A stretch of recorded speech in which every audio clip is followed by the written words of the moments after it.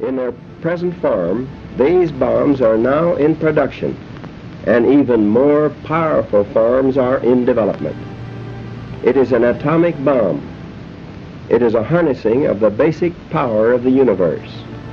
The force from which the sun draws its power has been loosed against those who brought war to the Far East. We have spent more than $2 billion on the greatest scientific gamble in history, and we have won.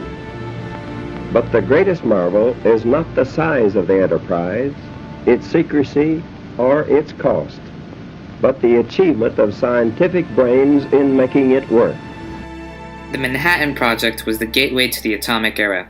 The project led to the exploration of uranium fission, exchange between scientific communities on an international scale, and prompted a turbulent political climate as the ethics of harnessing nuclear energy was fiercely debated. It all started with one letter, August 2nd, 1939. To F.D. Roosevelt, Sir, this new phenomenon would also lead to the construction of bombs, and it is conceivable, though much less certain, that extremely powerful bombs of a new type may thus be constructed. A single bomb of this type, carried by boat and exploded in a port, might very well destroy the whole port together with some of the surrounding territory. Yours very truly, Albert Einstein. With Einstein's letter and the warnings of other physicists that Germany was already working on a nuclear program, President Roosevelt responded by assembling the Advisory Committee on Uranium on October 21, 1939, to investigate the issues and possibilities of the creation of uranium-based bombs. The committee later found that uranium would provide bombs with a greater destructive force than anything known to man. The conclusion encouraged the committee to fund Enrico Fermi's and Leo Szilard's research on fission chain reactions at Columbia University, and explored different isotope separation methods like high-speed centrifuge, gaseous diffusion, and liquid thermal diffusion. Then, in June of 1940, Roosevelt reformed the advisory committee and it became the National Defense Research Committee, headed by Vannevar Bush, who only reported back to FDR. The NDRC retained the same responsibilities as the advisory committee and allocated more funding towards the research of the 4 possible separation methods. Later, Roosevelt formed the Office of Scientific Research and Development, also known as the OSRD, which superseded the NDRC. The US and Germany were not the only countries working on the atomic bomb. Great Britain had discovered the critical mass of uranium-235 in 1939 and already had their nuclear committee, known as the MAUD Committee, set up in March 1940. Britain's lead in research became key to the Americans because in July of 1940, the US and Great Britain exchanged key research that showed how destructive the atomic bomb could be, and also symbolized 2 world powers collaborating with one another. With new intel and research, on October 9, 1940, Roosevelt approved the building of the atomic bomb and subsequently the atomic program, which later would develop into the Manhattan Project. On December 7, 1941, the Japanese fleet launched their attack on Pearl Harbor. This prompted the US to enter World War II. The atomic program's focus was no longer researching the potential of nuclear bombs, but rather being the first to build the bomb for war. The project had 3 goals: to develop more efficient techniques to separate uranium isotopes, to explore plutonium separation, and to design the bomb. These goals were pursued by international teams of scientists in cooperation with Britain. Many notable winners included Albert Einstein, J. Robert Oppenheimer, Enrico Fermi, Niels Bohr, and also included were some of the less recognized scientists such as Cheng Sheng Wu, John R. Dunning, Otto Frisch, and many more. Based on the initial findings from experiments with different uranium separation methods, Groves only allowed Lawrence's electromagnetic separation method, Columbia University's gaseous diffusion method, and the Navy's thermal diffusion method to proceed to building of plants for enriching uranium. Groves also allowed Fermi's plutonium isotope separation reactors, because using plutonium would allow the use of less uranium.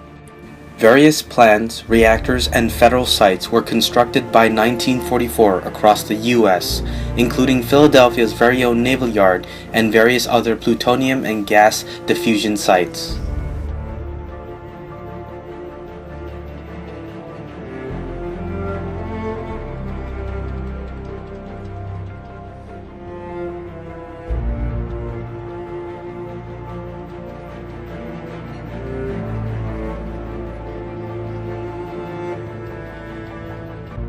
These plants and reactors focused on constantly enriching both uranium and plutonium.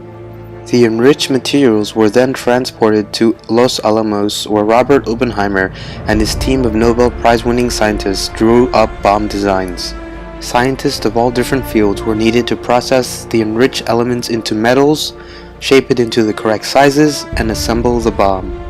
Finally, on July 16, 1945, the implosion-designed plutonium design was tested and detonated on the Trinity site in New Mexico near Alamogordo.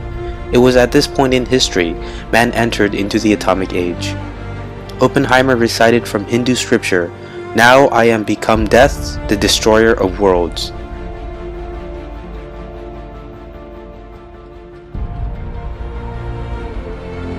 With the successful storming of Berlin by Allied forces, Germany was no longer a threat, and U.S. Central Command shifted its focus on Japan. On August 6, 1945, the Enola Gay B-29 Superfortress bomber dropped the uranium gun-type bomb nicknamed Little Boy on Hiroshima. 3 days later, on August 9th, a second B-29 bomber, the Bockscar, dropped the implosion-type bomb Fat Man on Nagasaki. The bombings destroyed the two cities and inflicted over 200,000 casualties. The bombing of Japan encountered major controversy against the US and President Truman because of heavy civilian casualties. Many scientists petitioned Truman to not use the atomic bomb for war in fear that it would lead to a political greed of power and tensions with the Soviet Union. Scientists who once supported the research of nuclear energy condemned the use of nuclear warfare and even resigned from the Manhattan Project once Truman declared it would be used on civilian cities. Major scientists like Szilard and Einstein tried to convince Truman to reconsider the bombings, but it was too late. Truman reinforced his decision by stating that it was his duty to cease the death of American soldiers and quickly put an end to the Pacific Front. Another scientist, Bertrand Russell, authored the Russell-Einstein Manifesto, which expressed concern of nuclear warfare by many leading scientists, including Einstein. These scientists proceed to create organizations whose objective is to eliminate nuclear weapons such as Szilard's Council for a Livable World. Even though the exploration of nuclear energy led to many devastating consequences, there were many positive benefits which all stemmed from the Oak Ridge site. There were advancements in nuclear medicine like radiology, and exploration of using nuclear energy for civilian and naval use like nuclear-powered subs and nuclear power plants. At Oak Ridge, the effort shifted quickly to making medical isotopes, making isotopes in the called graphite reactor to help treat cancer. And that has become a continuing effort at Oak Ridge. Although it's dwindled down, it's been taken up by other laboratories and other reactors. So that isotopes that are radioactive and can kill cancer cells are now widely available and relatively inexpensive.